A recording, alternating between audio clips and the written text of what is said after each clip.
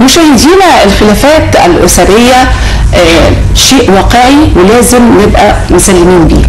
مفيش بيت مفيهوش خلافات، لكن بتختلف المشاكل من بيت لبيت ودرجتها من شخص إلى آخر. دايما بيبقى فيه اختلافات بتؤدي إلى خلافات، لكن في بعض الأحيان بيقولوا إن الاختلاف ده بيكون في بعض الأحيان سبب في قوة العلاقة الزوجية، وساعات بيقولوا لا، ده هو ده اللي بيؤدي إلى ضعف العلاقات الزوجية.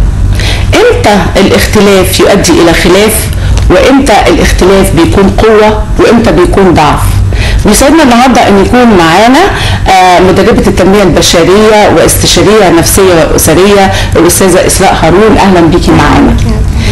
طبعا أعتقد ان دايما بتجيلك مشاكل زوجية، او السبب في كل المشاكل بتكون الخلافات بين الزوج والزوجة. سبب الاختلاف الرئيسي اللي بيكون بين الزوجين هو ايه اللي بيؤدي بعد كده الى خلاف؟ بصي، هو ما اقدرش اقول لك ان في سبب واحد، لان كل حاله بتختلف حسب وضعها، بتختلف الاسباب. لكن في اسباب احنا بنعتبرها عامه، يعني ممكن اي حد يكتشفها بسهوله، وفي اسباب بتبقى يعني خاصه بالناس اللي هم متخصصين نفسيين اكتر، محتاجه عشان يعني تفصلي فيها، محتاجه فعلا ان انت تسمعي الزوجين في نفس الوقت.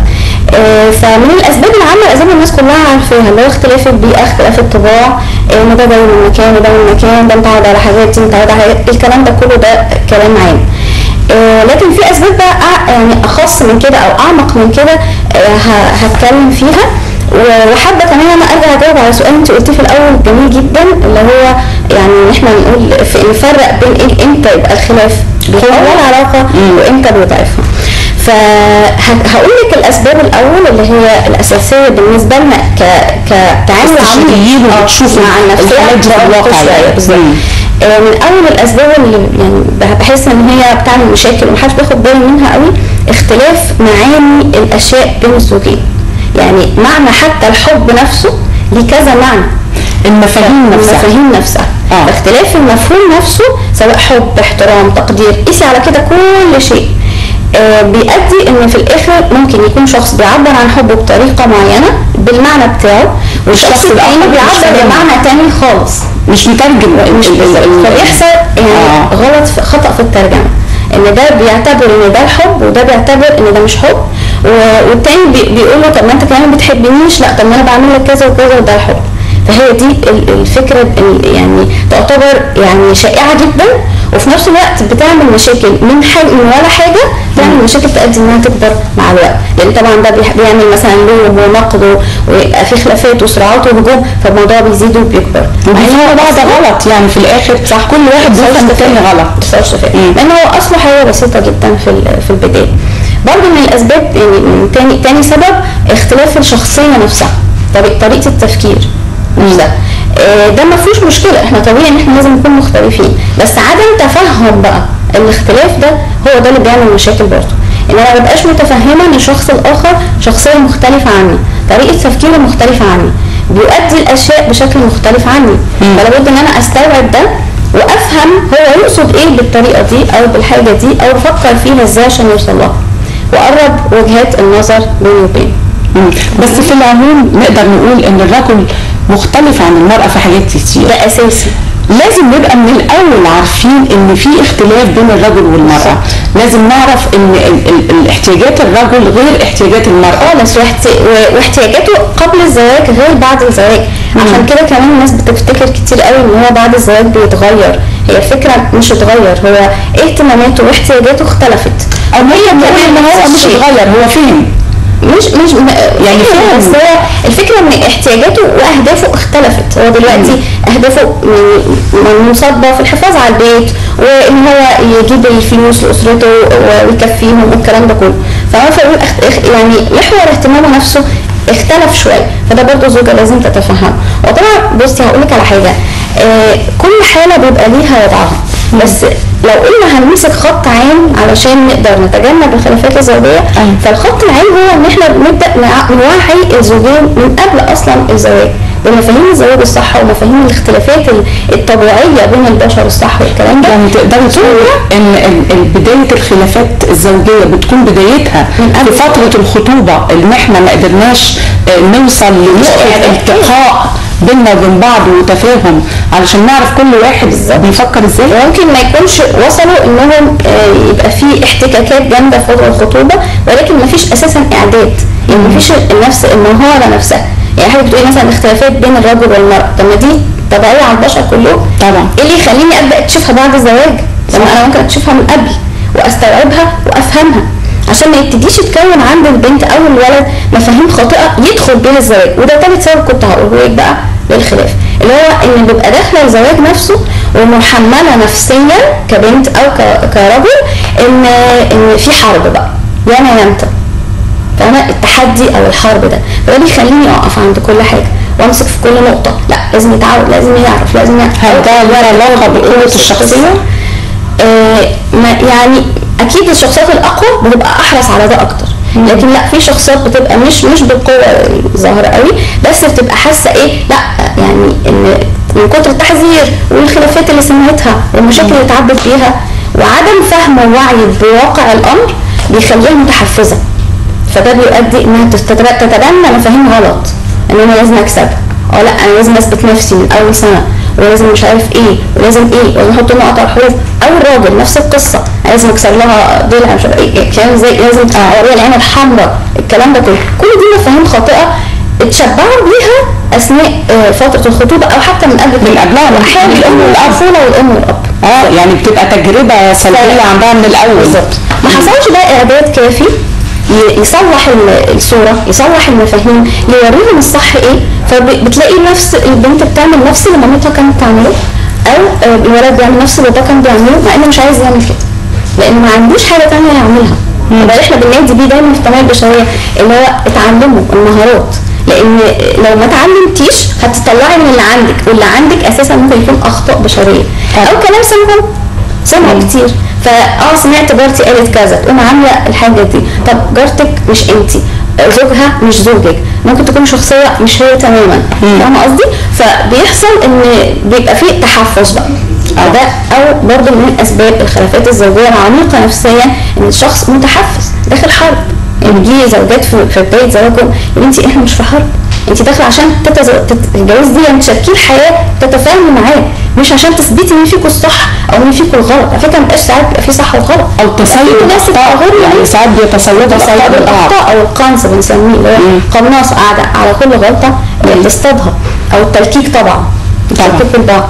فطبعا كل ده نتيجه قصور في الفهم، قصور في الاعداد نفسه، عدم وعي وعدم ادراك كافي بحقيقه الامر، فبتفسد الامور. وللاسف في ناس ما بتلجاش للاستشاره غير بعد ما بكل الامور يعني تفاقمت قوي، بحيث ان يعني النفوس شالت، او بيلجأوا الى اشخاص مش المفروض يلجأوا لهم، سواء كان الام او الجاره او الصاحبه.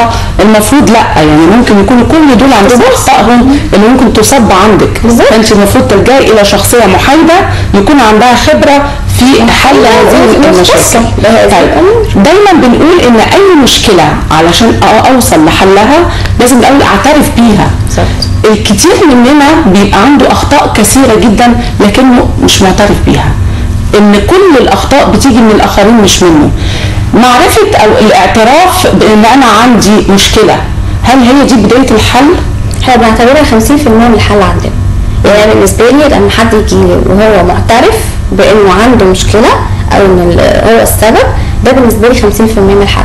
فاضل ال 50% الباقيه ان انا اعلمه السكيلز دي او المهارات دي اللي يتطلبها الموقف يعني عشان يصلحه، وفي نفس الوقت ادربه عليها لحد ما يتقنها ويبدا يستعملها. فلابد ان هو يعترف. عشان كده بنواجه مشكله كبيره قوي لما بيجي زوج يشتكي او زوجه تشتكي والطرف الاخر مش معترف، فيبقى ده العبء بقى على المعترف، التاني مش شايف ان عنده مشكله. المفروض لما بييجوا يشتكوا المفروض هما الاثنين مع بعض على اساس الامثل، ده الامثل، ده الافضل، بس مش دايما بتتوفر، خاصه الرجاله بيرفضوا الاعتراف بان في مشكله اساسا، فاهمه؟ او ما بيبقوش فاضيين، فاهمه قصدي؟ وساعات بيبقوا يعني فاهمه الموضوع مش في اهتماماتهم زي الشغل والكلام ده، فخلاص هو ده الاهتمام الاولاني، هي بقى البيت ده شغلتها، هي تتصرف وهي تقدر زي ما هي المشاكل هي الرجل اللي تحلها وهي تتصرف فيها، هو ملوش دعوه ان هو يكون رجل بيشتغل علشان يجيب فلوس، علشان يبقى عايز اولوياته كده، وهو حياته الشخصيه هي اللي المفروض توفرها له بارتياح. دي مسؤوليتها هي. في كتير مفاهيم كده، وعشان برضه ما اظلمش رجاله انا بتعدى عليهم، لا برضه في ستات بصراحه لا بيبقى يعني بتتعامل بمنتهى الغباء، حتى اللي هو ما ينفعش تتعامل كده مع اي راجل، مش بس الزوج. الزوج بقى في مكانه خاصه كمان المفروض ان انت تتجنبي الاشياء دي معاه، فبتتعامل بعدم وعي خالص. فدي برضه بتبقى عليها عامل كبير، ان ساعات بنبقى الزوج مش غلطان بصراحه، يعني ساعات بتيجي حالات لا انت كل المشاكل دي سببها اساسا فعلك، ده رد فعل من الزوج. طيب احنا قلنا ان الاعتراف بالمشكله 50% من حلها، نيجي بقى لل 50% التانيين. طريقه الحلول نفسها هل هي يعني نقدر نقول ان هي مدروسه بخطوات معينه المفروض بيقوم بيها اي واحد استشاري نفسي واسري، ولا دي بتختلف من استشاري الى اخر؟ هل في اساس؟ طبعا في اساس بنمشي عليه تمام، او زي ما بنقول خط واحد، بس الاختلافات بتكون نتيجه خبرات بقى مختلفه للاخصائي ده او ده او ده، نتيجه ان هو شاف حالات كتير فكون لنفسه زي اسلوب خاص. زي بالظبط مثلا السواقه معروفه عند كل الناس، لكن في كل واحد بيبقى ليه تاتش معين في السواقه بتاعته، مثلا خبرات معينه. نفس الفكره نفس فكره العلاج بالنسبه للدكاتره، في خط معين، بس كل دكتور بيبقى ليه يعني فاهمه تريكات معينه بيمشي عليها بالنسبه له هو اكتشفها بالخبره او بالممارسه او كده. طب اساس الحل دايما، الاساس في التعامل مع الزوجين، واحنا بنحط هنا يعني 20 خط على الزوجين، مش الزوجه فقط او الزوج فقط، الاساس بيكون ايه؟ الاساس بيكون الاول استكشاف المشكله. هو ده اساس كل حاجه، لان لو استكشفت المشكله غلط هعالج غلط. فالتشخيص زي بالظبط مرض اطباء، زي الامراض زي الاطباء، ان انا اشخص المشكله صح، اعرف انهي بالظبط نقط بينهم هي اللي عملت هذا الخلاف. وفي نفس الوقت كمان في بعد عميق قوي بالنسبه لنا لازم نكتشفه، هو البعد النفسي. يا ترى ليه الزوج متحفز ناحيه النقط دي، او ليه الزوجه متحفزه ناحيه النقط دي؟ ده برضه من الحاجات المهمه جدا. هل ده مثلا نتيجه تربيه، خبرات سابقه، عقده نفسيه معينه حصلت قبل كده محتاجين ان احنا علشان نتعامل معاها نحتاط لبعض الامور، فاهمه ازاي؟ فبتختلف من حاله لحاله جدا، بس خط العين لازم استكشف الاول المشكله، بعدين على اساس البوينتس اللي هلاقيها موجوده في الحاله اللي عندي تمام هبدا احط الخطوات بتاعه الحل والعلاج. برضه في ستيب كمان لازم اراعيها جدا، هي قدره الطرف ده ان هو يحل الحل ده ولا لا، لان ممكن يكون الزوجه مش مؤهله تتعامل مع حاله زي كده، لازم اهلها الاول، او الزوج وهكذا مش متفهم. صحيح. طيب لكن انا بالنسبه ان شاء الله باذن الله بيبقى بنسبه مثلا 90% بتبقى الحلول بنحاول نحطها واقعيه وعمليه للشخص. بيفضل بقى نسبه اكيد اللي هي ما فيش فيها فايده، بس دي ما بنقررهاش على اساس الخلافات بس، دي بنقررها على اساس قيم كتير جدا داخل اطار الزواج، مبادئ مش مفعله في الزواج وغيره، يعني حاجات كتير قوي. الزواج عامل زي ترابيزه عليها كذا رجل واقفه عليها، فلما بيكون طبعا اكتر الرجول بايظه ما بتقدريش تقولي. برضه في يعني نظريه دايما بتبقى كل فتاه وكل فتى بيفكروا او بيحلموا بفتاه الاحلام او فتى الاحلام، وبيجي بعد الزواج بينصدم ان الصوره اللي هو حاططها سنين طويله وكل يوم بيبني عليها شيء جديد، الصوره دي مش موجوده في الحقيقه ولا في الحياه. اللي بيحصل هنا ده، هل ده ممكن يكون سبب من الاسباب اللي نقول بقى نسبه كبيره جدا من الخلافات بعد الزواج؟ طبعا سبب كبير، بس اساسه ان على اي اساس بنت الصوره. ما هي لو واعيه، هي في سن المراهقه مثلا، هي بتبتدي من سن المراهقه ان عايزه مواصفات معينه، شخصيه معينه، هي عملت الشخصيه دي، هي مش موجوده بس هي عملتها، وحتى ساعات بتحط ليها ملامح، الطول والعرض واللون، يعني ساعات بتوصل لهذه الدرجه، بتيجي بعد كده يعني بتتزوج بتلاقي ان في صدمه، بتتصدم ان مش هي دي الشخصيه اللي كانت بتحلم بيها. هنا التعامل مع الشخصيات دي بيكون ازاي؟